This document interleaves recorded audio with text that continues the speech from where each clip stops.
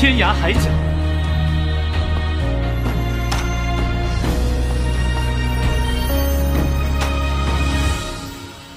Selamat datang di Narasi ID. Jangan lupa dukung channel ini dengan cara subscribe kawan. Langsung saja ke cerita. Chapter 7. Jalur utama. Langit sudah gelap menjelang jam makan malam.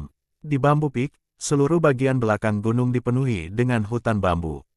Rumah-rumah penduduk semuanya dibangun di bukit depan, yang terbesar dan terpenting adalah aula utama, Hall of Quietude. Pasangan Tian Bolis dan putri mereka tinggal di salah satu aula belakang. Di sebelah Hall of Quietude adalah halaman tempat para murid tinggal. Karena hanya ada beberapa orang, sejumlah kecil rumah lebih tinggi daripada populasi. Setiap orang memiliki kamar sendiri, bahkan Shou Danon yang baru tiba juga memilikinya. Jika membandingkan kondisi kehidupan Bambu Peak lebih unggul dari puncak lainnya, satu-satunya lokasi yang tersisa adalah Gua Tai Chi, dapur, dan ruang makan. Pada saat ini semua murid berkumpul di ruang makan. Murid ke-6 Amandla, Du Bishu, yang bertanggung jawab untuk memasak, menyajikan makanan ke meja, kebanyakan sayuran, sedikit daging. Murid duduk di sisi kanan meja panjang mengikuti urutan tertua hingga termuda. Savion duduk di depan, Shou Danon duduk di ujung. Di seberang meja ada kursi besar dan dua kursi kecil. Tempat itu sepertinya disiapkan untuk keluarga Tian Bolis. Shou Danon melihat ada kursi kosong di sebelahnya, tempat Amandla mengatur. Setelah beberapa saat Amandla akhirnya selesai menyajikan makanan, mencuci tangannya kemudian kembali ke kursi, menunggu dengan murid-murid lain untuk tuan mereka tiba. Amandla tampak sangat muda, kurus, wajah lancip, mata besar, tampak hidup pencuri, sepertinya pintar. Dia duduk dan memandangi Shou Danon, tersenyum. Xiao Sidi, siapa namamu? Shou Danon dengan jujur berkata, Shou Danon. Amandla mengangguk, menunjuk dirinya sendiri, berkata, aku Si Qiong ke-6mu Amandla. Shou Danon dengan hormat berkata, Si Qiong ke-6. Amandla terbatuk, menepuk pundaknya dan tersenyum, sebentar lagi, kamu bisa mencoba keterampilan memasak Si Qiongmu. Melihat meja ini penuh makanan, Shou Danon tidak bisa menahan diri untuk menelan, mengangguk dengan kuat. Amandla tiba-tiba tersenyum, menunjuk ke pintu masuk aula, berkata, Xiao Sidi. Setelah beberapa saat Tuan Xin Yang dan Xiao Simei akan datang, kita akan bertaruh, oke?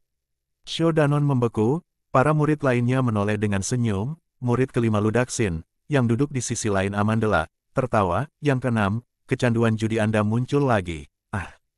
Murid keempat Hedazi berkata, dia belum pernah menang untuk waktu yang lama, dan sekarang berusaha membodohi anak. Nyah, Amandla melambai berulang-ulang, mengabaikan orang lain, tersenyum dan memberitahu Shou Danon, Xiao Sidi, siapa yang menurut Anda dari keluarga Tuan akan menjadi orang pertama yang masuk? Nah, Anda baru, Anda bisa menebak dulu, jadi orang tidak akan mengatakan Si Qiong ke-6 mengganggu Anda.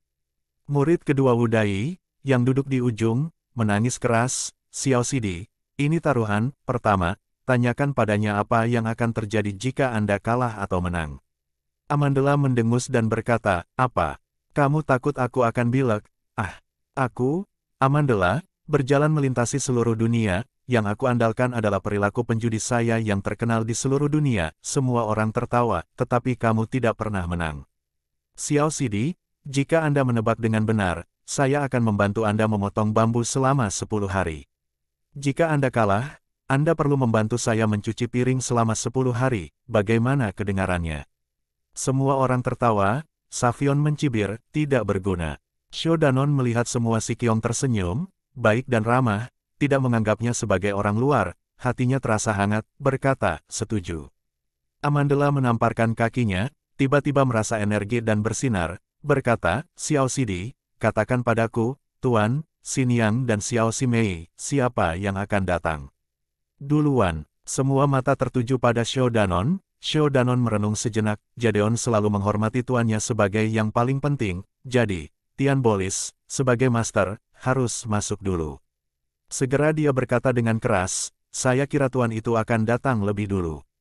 Semua orang tertawa, Ludaksin menggelengkan kepalanya, tidak percaya bahwa hari ini seseorang benar-benar tertipu oleh ke-6 tua. Amandla sangat senang, melihat ke arah Shou Danon, berkata, Xiao Sidi, pada kenyataannya, Xiao Simei selalu yang pertama masuk. Haha, Kamu akan tinggal untuk membantuku mencuci piring kalau begitu. Xiao Danon menyentuh kepalanya, tidak bisa menahan tawa, mengangguk, ya, si Qiong keenam. Murid ketiga pendek Zheng Dali tertawa, yang keenam, apakah Anda serius? Amandla memutar matanya, berkata, apa yang kamu katakan tua ketiga? Aku tidak memaksanya, kita semua senang kehilangan bukan Xiao Sidi.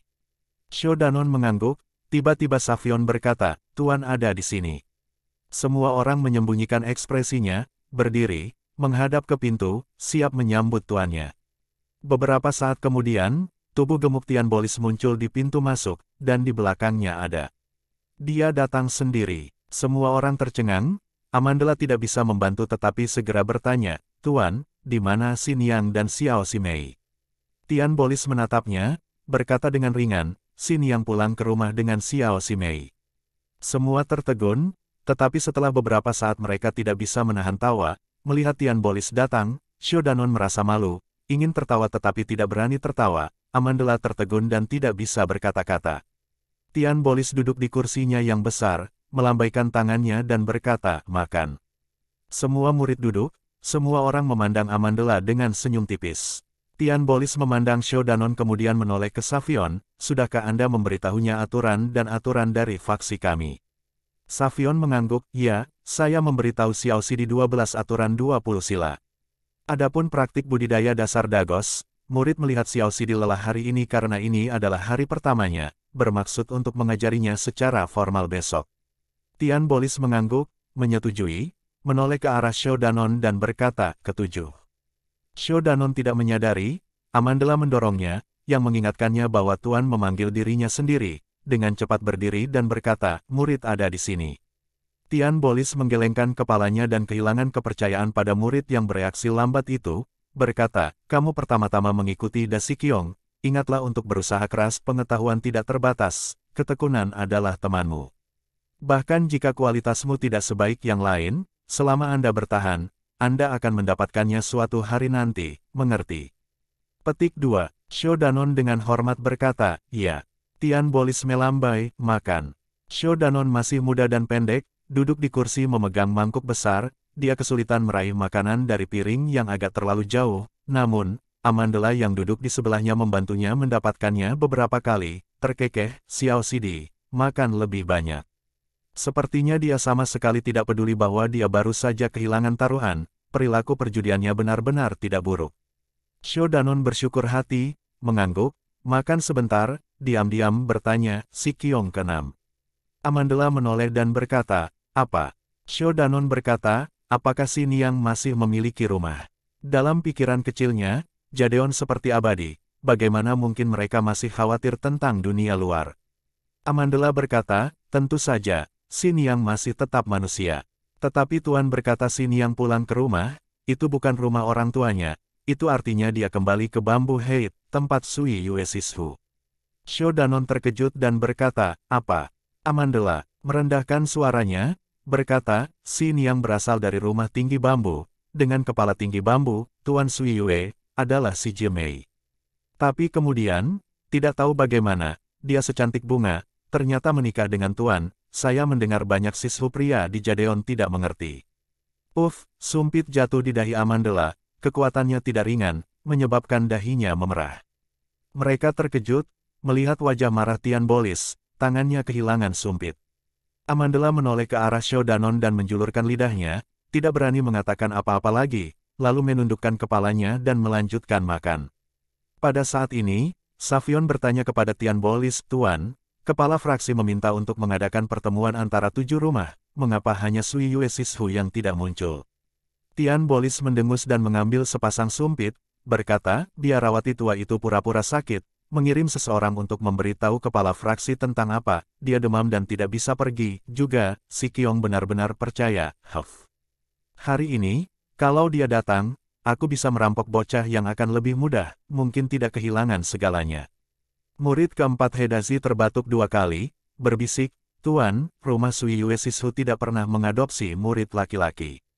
Tian Bolis berhenti, menggelengkan kepalanya dan berkata, dan Xin Yangmu juga. Begitu dia mendengar Sui Yue punya masalah, segera mengambil Linger dan melihatnya, sepertinya akhir dunia, sungguh.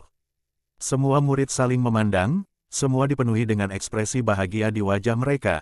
Savion ragu sejenak, dan bertanya, Tuan, berapa lama Xin Yang akan tinggal bersama Sui Yuesishu? Tian Bolis memelototinya, berkata, apa maksudmu berapa lama? Pergi hari ini, malam ini akan kembali. Ah, semua murid menghela nafas, semuanya kecewa. Tian Bolis melihat sekeliling, mendengus, dan bertanya pada Savion, hari ini Xin Yang membimbing kalian berlatih lagi. Savion bahkan tidak punya waktu untuk berbicara. Murid kedua Wu Dai sudah memotong, Tuan, jangan tanya dia, Da Siqiong meninggalkan kita hari ini, sungguh memalukan.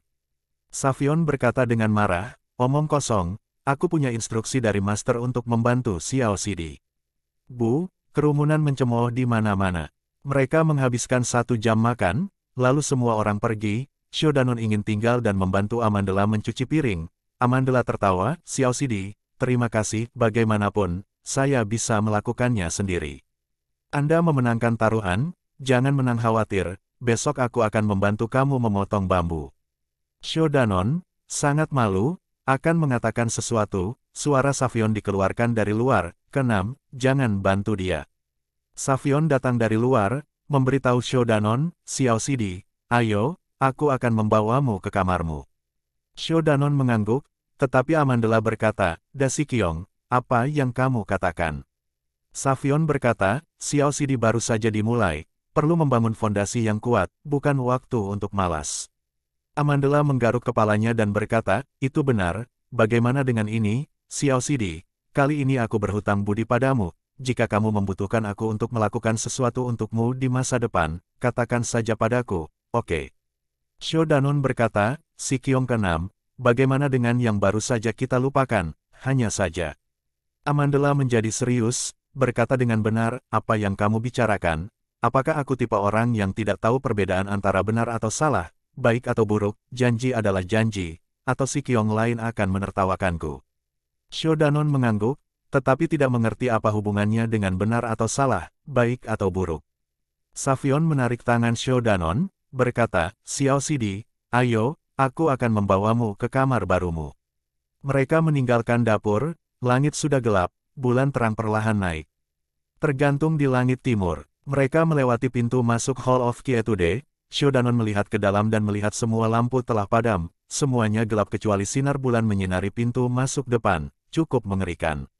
Berjalan sejenak, mereka kembali ke halaman tempat para murid tinggal. Savion membawanya ke rumah paling kanan, berkata, Xiao Sidi, hari ini ketika kamu membangunkan kamar tempatmu berada, di mana aku tinggal, rumah-rumah Side yang lain mengikuti perintah, semuanya di sisi kanan, beberapa kamar di sebelah kiri kosong. Jeda, dia memandang Xiao Danon dan berkata kamu hidup sendiri, apakah kamu takut? Xiao Danon menggelengkan kepalanya. Savion tersenyum, ini dia. Kita laki-laki, bagaimana kita bisa takut akan kesepian? Ayo, kita akan masuk ke dalam. Berbicara dengan Xiao Danon dan masuk ke dalam. Xiao Danon dengan hati-hati memeriksa tempat yang aneh ini tetapi kemudian akan menemaninya untuk waktu yang lama, sudut halaman kecil, pohon pinus di sebelah kiri, 5 hingga 6 bambu di sebelah kanan, tinggi 2 atau 3 orang. Batu-batu kecil membuka jalan setapak di halaman, dilapisi dengan rumput, angin malam bertiup, mengguncang daun bambu dengan lembut, gelombang aroma rumput yang samar datang, semuanya tenang. Savion membuka pintu, menyalakan lilin, berkata, Xiao Sidi, masuk. Xiao Danon masuk, melihat rumah dilengkapi seperti kamar, meja, kursi, tempat tidur Savion, tidak ada yang lain. Savion berkata, saya sudah membersihkan sedikit hari ini, Anda tinggal di sini sekarang. Kehidupan di gunung itu keras, Anda masih kecil, mungkin merasa kesepian, tetapi kami kultivator, harus mampu menanggung semua jenis penderitaan, masalah kehidupan sehari-hari, Anda harus melakukan semuanya sendiri. Xiao Danon berkata, ya, Da Siqiong. Savion menganggukkan kepalanya, melihat sekeliling, berkata, jika tidak ada lagi maka aku akan kembali. Kamu sudah lelah, istirahatlah lebih awal. Xiao Danon menjawab, lalu tiba-tiba teringat sesuatu, berkata, Da Siqiong, hari sudah mulai gelap, mengapa Siqiong lain tidak bergerak? Savion tertawa, Anda tidak tahu, kami mempelajari budidaya Taoisme di Bambu Peak setidaknya 4 dekade, jarang keluar. Bambu Peak sudah membosankan bagi kami, jadi terlalu malas untuk berjalan-jalan, seperti cinta keempat untuk dibaca, cinta kedua untuk lagu-lagu ham, orang-orang pekerja keras seperti ketiga akan tinggal di rumah dan berlatih, biasanya tidak akan keluar. Xiao Danon mengerti, Savion tersenyum dan menepuk kepalanya, dan mengingatkannya beberapa hal, lalu berbalik. Xiao Danon kembali ke rumahnya, menutup pintu, tiba-tiba merasa seluruh dunia telah tenang, tanpa suara. Dia kembali ke meja, duduk kosong untuk sementara waktu, tidak melakukan apa-apa, lalu mematikan lampu, melepas mantelnya lalu pergi tidur. Berbalik berulang-ulang, mengantuk tertidur. Ah! Dalam gelap, Xiao Danon berteriak dan duduk, terengah-engah. Dia bermimpi kembali ke Grass Temple Village, melihat ayah dan ibunya, tetapi juga dapat melihat setiap anak teman bermain, paman dan bibi, semuanya tersenyum, tetapi tiba-tiba mereka menjadi mati, berdarah, ketakutan. Tubuhnya bergetar, itu sebabnya dia bangun. Dia duduk sebentar di tempat tidur, napas semakin lambat dan lebih tenang, mata perlahan disesuaikan dengan kegelapan. Melihat jendela itu terbuka sedikit, cahaya bulan pucat pudar menyinari permukaan bata, tampak seperti es dan salju. Xiao Danon tidak mengantuk, bangkit dan pergi ke pintu, membuka pintu dan keluar. Keheningan mengelilinginya, suara samar datang dari serangga yang tidak dikenal. Cahaya bulan seperti air, menyinari tubuhnya. Dia mendongak memandangi langit dan melihat banyak bintang. Bulan di udara, putih dan cerah. Bagaimana keadaan Jing Yue sekarang? Apakah dia tidak bisa tidur juga? Dia berbisik, menghela nafas, kembali ke kamar, tiba-tiba, kedekatannya melonggarkan sedikit, sesuatu keluar dari pakaiannya, jatuh ke tanah. Xiao Danon terkejut, membungkuk dan mengambilnya, tapi, itu adalah manik ungu gelap redup, ada lubang di manik. Sepertinya manik ungu itu seutas tali dengan jade prayer bed hari itu. Hari-hari ini dia menghadapi serangkaian perubahan besar, telah melupakan hal ini, tetapi sekarang ingat bahwa Pozi menyuruhnya membuang manik-manik ini.